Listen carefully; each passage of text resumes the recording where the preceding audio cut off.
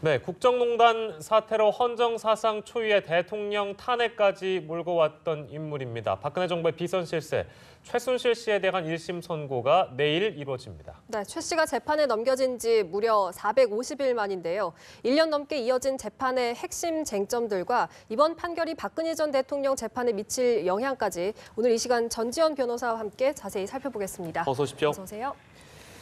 예, 앞서 말씀드렸습니다만 450일 만에 1심 선고가 이제 내일 이루어지는데요. 일단 현재까지의 상황하고 의미를 좀 짚어봐야 될 것 같습니다. 정리를 좀 부탁드리겠습니다. 네, 말이 450일이지 16개월이에요. 그러니까 예. 최순실 씨 본인 입장에서는 이제 1심이긴 하지만 한 달 고비가 넘어가는 그런 상황인데 예. 처음에 그러니까 작년에 모 언론사를 재작년이었죠. 모 언론사를 통해 가지고는 대통령의 연설문이라든지 공무상 비밀 누설이 한 개인에게 유출됐다는 사실이 발견됐을 때 모든 국민이 경악을 금할 수가 없었어요. 예. 근데 그 이후에 또 미르 K재단에서 뭐 기업을 통해 700억 모금한 사실이라든지 정유라 씨 개인 승마 지원에 삼성이 지원을 했다는 사실이 밝혀졌고 또 최순실 씨가 의상실에서 청와대 행정관을 수족처럼 부리는 사실이라든지 2대 입시 비리 같은 사건들이 연이어 터졌는데 예. 이제 그것들이 이제 마무리되는 한 달랑 마무리되는 그런 순간인 거죠. 네. 처음에 이제 그 모습을 드러냈을 때 기억이 나는데 저희도 화면으로 종종 보내드립니다만 죽을 죄를 지었다, 사죄하겠다 이런 태도였는데 그동안 많이 변화가 있었습니다. 뭐 살고 싶지 않다, 죽음으로써 무죄를 증명하고 싶다, 뭐 이런 발언도 있었고요. 내가 박근혜 전 대통령하고 연애라도 했다는 거냐, 뭐 이런 말도 있었고, 인민재판하고 다를 게 뭐냐, 정신병이 들겠다, 뭐 이런 발언인데요. 그동안 뭐 이런 심경의 변화랄까요? 이런 발언들을 보면서 실제로 뉘우치고 있는 건지에 대한 의문도 좀 들고요. 뭐 어떤 의도가 있어서 이런 발언을 하는 걸까요? 의도라기보단 지금 본인의 심경을 나타내는 것 같아요. 그러니까 예. 재작년 말이었죠. 처음에 검찰에 출석할 때만 해도 예. 최순실 씨는 그때는 이제 박근혜 전 대통령이 탄핵되기 전이었고 사태가 이렇게 커질 거라고는 생각을 못했던 것 같아요. 예. 그냥 적정한 선에서 마무리 짓고 이렇게 끝날 줄 알았는데 네. 이게 지금 점점 더 커졌단 말이에요. 촛불 민심이 들고 일어났고 그다음에 예. 특검으로 넘어가면서 이제 직권 남용해서 뇌물죄로 구조가 바뀌었고 예. 안종범 수첩이라든지 뭐 장시호가 제공한 태블릿 PC 같은 스모킹 건들이 나타나면서 예. 자신의 형량이 계속 늘어나는 거예요. 거기다가 저번에 검찰이 예. 징역 25년에다 벌금 1,100억을 구형하지 않았습니까? 네. 이런 것들이 겹쳐지면서 아 내가 처음에 생각했던 것과는 다르게 차라리 그때 들어오지 말 걸 이제 더 이상 못 견디겠다. 나는 이제 구치소에서 감옥에서 죽는 건가? 이런 그냥 갈등들이 이게 증폭이 되면서 예. 저런 말들이 나오는 것 같아요. 어떤 의도가 있는 것 같지는 않아요. 예. 네, 이런 멘트를 하는 것처럼 지금 계속 억울함을 좀 주장하고 있는데요. 지금 최순실 씨가 받고 있는 혐의가 총 18개입니다. 어떤 혐의들인지 좀 알려주시죠. 18개인데 크게 나누면 이제 뇌물하고 예. 직권 남용 그리고 강요죄, 범죄 수익, 은닉죄 이렇게 볼 수 있어요. 예. 뇌물은 이제 삼성으로부터 직접 지원받은 부분 있잖아요. 네. 그 약속한 부분까지 해가지고 총 400억 정도 되고요. 예. 그 미르 K 부분까지 같이입니다. 미르 K 부분하고 그다음에 승마 지원해가지고 다 합해서 400여억 정도 되고요. 예. 그다음에 롯데로부터 또 70억 추가로 받았다가 돌려줬던 거 있죠. 예. 2016년 그때 네네. 돌려줬던 시간이 2016년 5월이에요. 예. 그리고 SK에다가 89억 요구했던 부분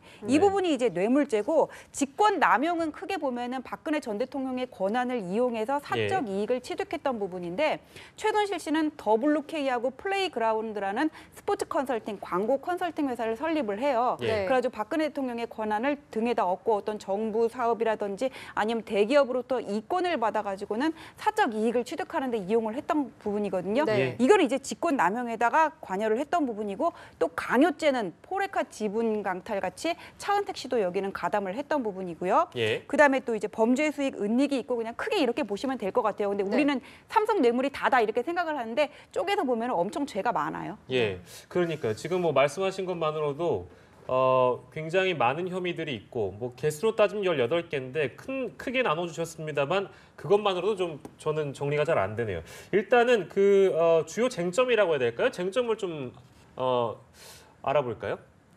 예, 이제 주요 쟁점 관련해가지고는 네. 이제 총 18개 혐의인데 가장 중요한 부분이 이제 뇌물이잖아요. 네. 그럼 이재용 전 회장, 이재용 부회장이죠. 이재용 네. 부회장의 전 재판이 최순실 씨에게 어떤 영향을 미칠까 이 부분이 궁금한데 네.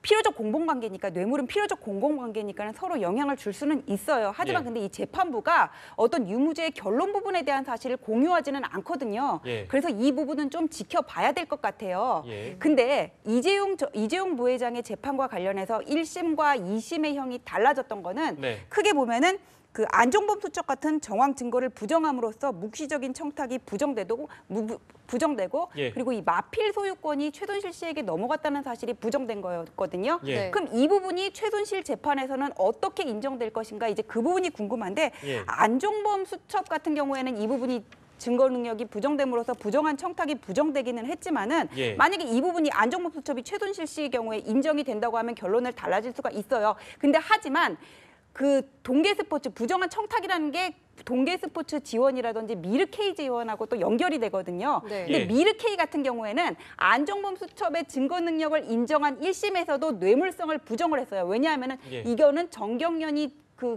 정한 가이드라인에 따라서 기업들이 그냥 일방적으로 제공한 것에 불과하다. 예.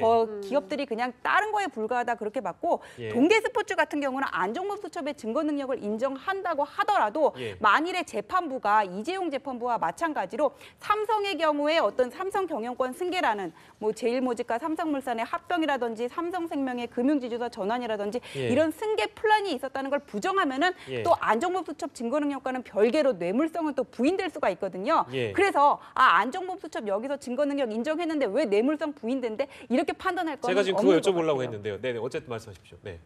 예, 여쭤보세요. 예, 그러니까 이제 그 안종범 수첩과 관련한 내용인데요. 그러니까 이재용 부회장의 2심에서는 그 안종범 전 수석의 업무 수첩이 인정이 되지 않았기 때문에 그런 판단이 나온 것이죠. 아니 단순히 그렇게만 볼 수는 없고요. 예. 재판부는 안종범 수첩의 증거 능력을 부정해가지고는 삼성이 공무원한테 뭔가 청탁을 했다 이런 부분을 네. 부정을 했어요. 예, 예. 그런데 그 전에 재판부는 삼성의 경우에 뭐 어떤 삼성물산 제일모직의 합병이라든지 삼성생명의 금융지주사 전환이라든지 이런 경영권 승계와 관련한 플랜이 있었다는 걸 인정을 안 했거든요. 포괄적 승계가 없었다. 네. 예, 그러니까 왜냐하면 그런 승계 플랜이 없었으니까는 부탁할 만한 현안 자체도 없었다는 거예요. 예, 예. 그렇기 때문에 안종범 수첩의 증거 능력이 만약에 이번 최순실 씨 재판에 인정된다고 본다면은 예. 여기는 인정되는데 왜 뇌물성 인정 안 돼? 이렇게 볼 거는 아니라는 거예요. 아, 그렇군요. 네, 그리고 또 롯데그룹에서 지금 70억 원을 받았다가 다시 돌려준 이 예. 사건에 대해서는 뇌물로 인정될지, 만약에 인정된다면 형량은 어느 정도일지 궁금합니다.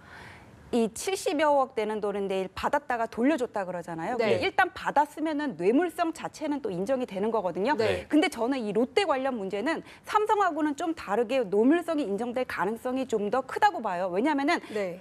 롯데 같은 경우에는 아까 제가 삼성의 경우에 말씀드렸잖아요. 그 공무원한테 부탁할 만한 어떤 승계 플랜, 현안 자체를 예. 재판부가 부정을 했다고. 예. 근데 롯데는 비교적 이게 명확해요. 면세점 사업 승인 관련해가지고 아. 현안 자체가 비교적 명확하고 그다음에 2016년 3월에 신동민 회장과 박근혜 전 대통령이 독대를 하고 예. 그 이후에 뭐 WK의 박헌영 과장 같은 사람이 예. 롯데그룹 관계자와 접촉을 했다거나 네. 그 이외에 뭐 어떤 안종범 수석과 롯데 측과의 접촉 여부 이런 것들이 비교적 구체적으로 명확한 상태거든요. 예, 예. 그리고 또 나중에 이렇게 검찰이 압수수색을 들어온다는 정보를 입수하고 최순실 씨 측에서 70여억 받았던 건을 돌려줬다고 하잖아요. 네. 이게 문제가 되는 거니까 돌려줬다는 얘기잖아요. 예, 예. 그래서 일단 재판부의 판결은 지켜봐야 되겠지만은 네. 신동민 회장 같은 경우에는 이재용 사건하고는 조금 별개로 예. 이 경우에는 뇌물성이 인정될 가능성이 그래도 좀 더 있다고 봅니다. 네, 예. 만약에 그렇게 된다면은 지금 재판을 받고 있는 신동빈 롯데그룹 회장도 좀 타격을 받지 않을까요?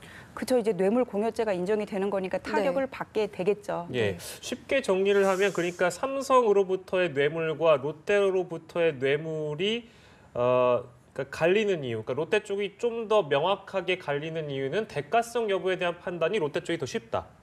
대가성과 부정한 청탁에 관한 판단이 좀 더 쉽다는 거예요. 예, 예. 삼성 같은 경우에는 1차 독대를 하고 2차 독대를 했는데 1차 독대 때는 5분 동안 그냥 외부에서 스친 것밖에 예, 예, 예. 없어요. 예. 네. 그리고 2차 독대 때 좀 이재용 회장이랑 박근혜 대통령이랑 충분한 얘기를 했는데 예. 그 전에 이제 삼성물산과 제일모직의 합병 결의는 또 이루어졌거든요. 예, 예. 이게 시기적으로 좀 안 맞는 부분이 있어요. 그래서 예, 검찰이 예, 예. 영차 독대를 주장을 한 거였거든요. 예. 근데 신동민 회장 같은 경우에는 면세점 사업 승인이라는 좀 더 구체적인 어떤 플랜이 있었고 예. 그다음에 그다음에 독대 이후에 뭔가 롯데 측과 그 미르 K재단 측의 관계자들이 접촉했던 거라든지 아니면 그 이후에 승인 과정이라든지 이게 시기적으로 좀 맞아떨어지는 부분이 있어가지고는 예. 그 양자 관계는 조금 달리 보는 게 맞지 않을까 그렇게 봅니다. 예, 알겠습니다.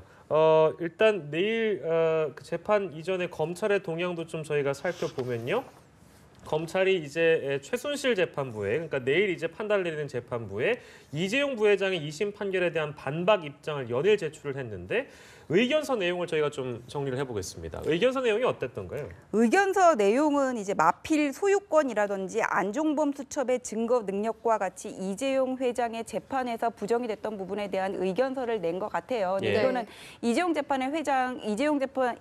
회장 재판이 이 최순실 재판부에 미치는 영향을 최소화하기 위해서 어차피 예. 상급심에서는 다 정리가 될 거지만은 예. 좀 이게 결론을 공유하는 게 아니기 때문에 이게 달라질 수가 있거든요. 그래서 영향력을 최소화하기 위해서 이걸 차단하기 위해서 검찰로서는 어떤 최선의 방어를 하는 것 같은데 예. 근데 지금 이게 의견서를 내고 있는데 이미 재판부는 마음의 결정을 내렸을 것 같거든요. 네. 그리고 큰 영향은 없을 것 같고 그리고 예. 계속 말씀드리는 것처럼 네. 안종범 수석의 증거 능력 인정 여부가 어떤 부정한 청탁을 인정하는데 이게 반드시 그렇게 되는 거는 아니기 때문에 또 다른 여러 가지 요건들이 있기 때문에 이 외에 다른 상황도 같이 보고 판단을 해야 될 것 같고요. 예. 그리고 마필 소유권 문제는 이 삼성이랑 덴마크의 말 중개상 헬그스트라는 사람이 예. 처음에 그러니까 삼성이 구입했던 뭐 비타나브이, 라우싱 뭐 이런 블라디미르 같은 말을 예. 팔시도였죠. 블라디미르가 아니라 네. 이 말을 헬그스트한테 이렇게 되파는 매매 계약을 해지하고 돌려주는 이런 계약서가 있거든요. 예. 처분 문서로. 그다음에 나중에 삼성 측이 그 마필 소유권을